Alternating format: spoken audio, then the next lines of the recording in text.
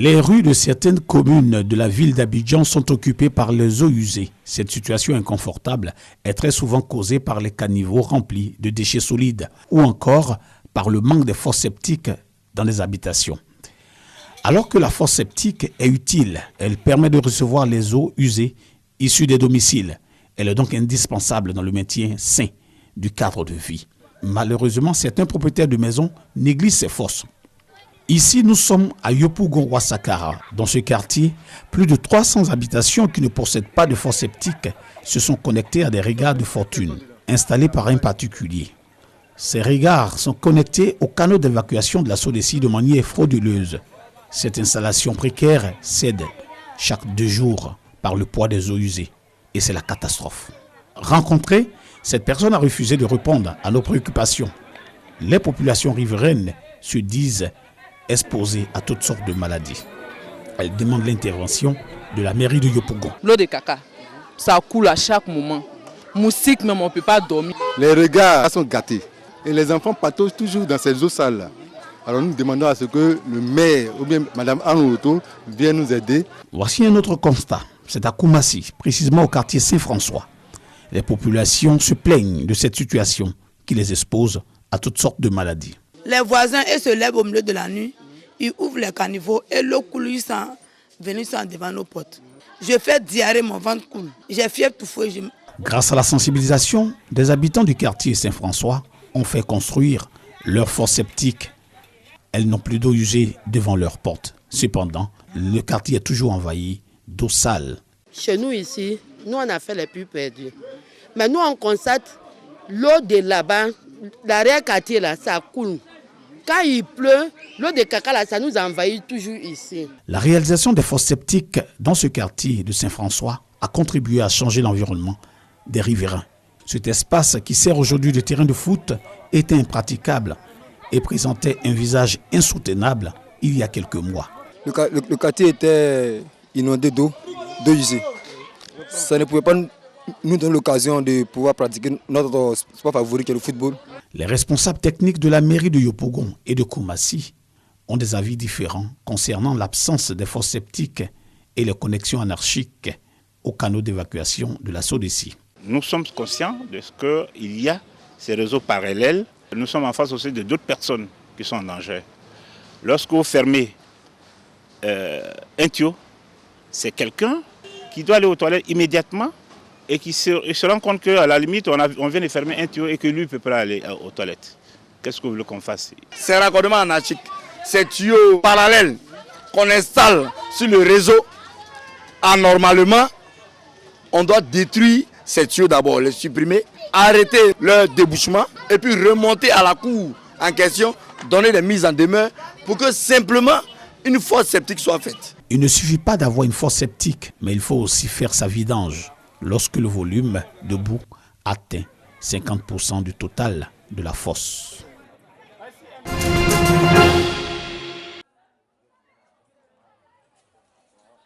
À peine une demi-heure aura suffi pour que des familles se retrouvent sans logis. Le samedi 20 août à Mans, dans l'après-midi, la rivière Ko a débordé de son lit de façon brusque et inattendue. Des maisons entières sont envahies par les eaux dans les quartiers de Libreville, de Blocos et de Djoulaboukou. L'eau est venue nette. Quand on a vu l'autre net, moi je dis, ah, l'eau là même ça vient de où? C'est tellement étonnant. Ça part de 15 heures, on a vu vraiment que l'eau a débordé. Moi c'est un miracle pour nous. Un vrai miracle que cela se soit produit en pleine journée. Pas de pertes en vie humaine, mais d'importants dégâts matériels. Les autorités de la ville, en visite sur les sites sinistrés, invitent les habitants de ces zones à risque à quitter immédiatement les lieux. Nous ne voulons pas de la résistance. Nous remarquons que certains sont là, ils ne veulent pas partir de leur maison. Mais la vitesse avec laquelle l'eau est arrivée, nous ne maîtrisons pas pour le moment ce qui s'est passé exactement. Donc il est mieux que les gens quittent. Situation similaire vécue également ce week-end à Biakale, un village de la sous-préfecture de Gbangbe-Guneyati dans le département de Mans. La rivière Keigbe, après de fortes pluies, a enregistré une grosse montée des eaux et a envahi des habitations riveraines. Bilan, aucune perte en vie humaine, mais des maisons entières écroulées avec tout leur contenu. 40 familles se retrouvent sans logis et demandent de l'aide. Nous, la main de Dieu, c'était vraiment, on a affolé la catastrophe. Je suis en train de pleurer au nom de la population. Tout ce monde, toutes ces familles qui sont déplacées, par ce temps-là, où ils vont habiter. En entendant une réaction positive, c'est le lieu d'exhorter une fois de plus les différentes populations à quitter les zones à risque situées près des cours d'eau, car la grande saison des pluies est à peine entamée. Ils sont plus de 46 000 à la conquête du BTS, brevet de technicien supérieur cette année. Ce lundi 22 août, le top départ pour les épreuves écrites est donné avec les techniques d'expression française. Ici, au lycée technique d'Abidjan, les candidats reçoivent les copies. Pour l'heure, tout est dans le calme. Dieu merci, on rend gloire à Dieu. Tout se passe bien pour le moment. Nous avons un centre de presque 700 candidats répartis sur 22 salles. Les surveillants, malheureusement, nous n'avons pas beaucoup parce qu'il semble que les convocations ont été lancées très tard, dans la nuit. Même constat dans ce centre, des surveillants manquent à l'appel. L'examen se déroule malgré tout, normalement. Les surveillants sont là, mais il y a quelques-uns qui ne sont pas arrivés. Nous espérons que l'après-midi, tout va rentrer dans l'ordre. Nous allons contacter même le ministère pour qu'on nous fasse venir encore certains surveillants. Tout se déroule très bien dans la tranquillité, bien aéré. Les tables bancs sont bien disposées. Les étudiants sont à une certaine équidistance qui leur permet vraiment de travailler dans la sérénité. C'est une finale, parce que ça conclut tout ce que nous avons fait pendant les 9 mois. La semaine commence très bien avec ces épreuves.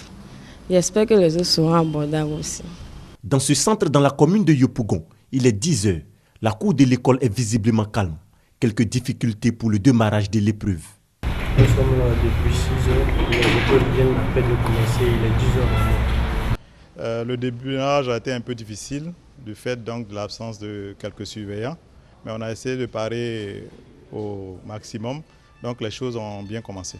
Cette année, des innovations ont été apportées afin de réduire au maximum les risques de fraude, notamment la non-inscription des noms des candidats sur les copies de composition et l'identification biométrique.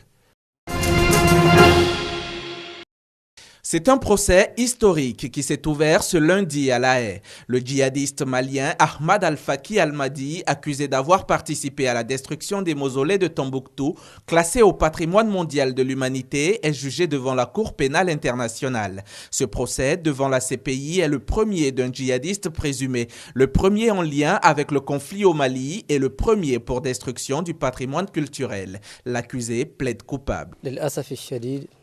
Votre honneur, j'ai le regret de dire que tout ce que j'ai entendu jusqu'à présent est véridique et reflète les événements. Je plaide coupable.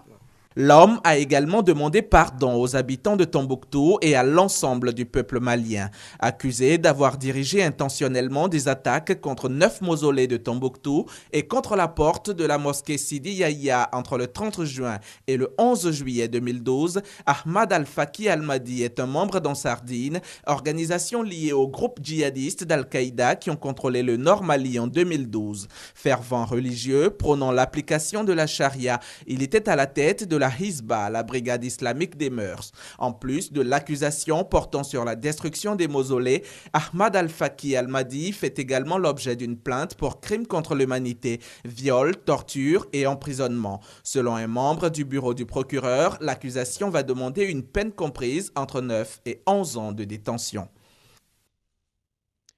Please be seated.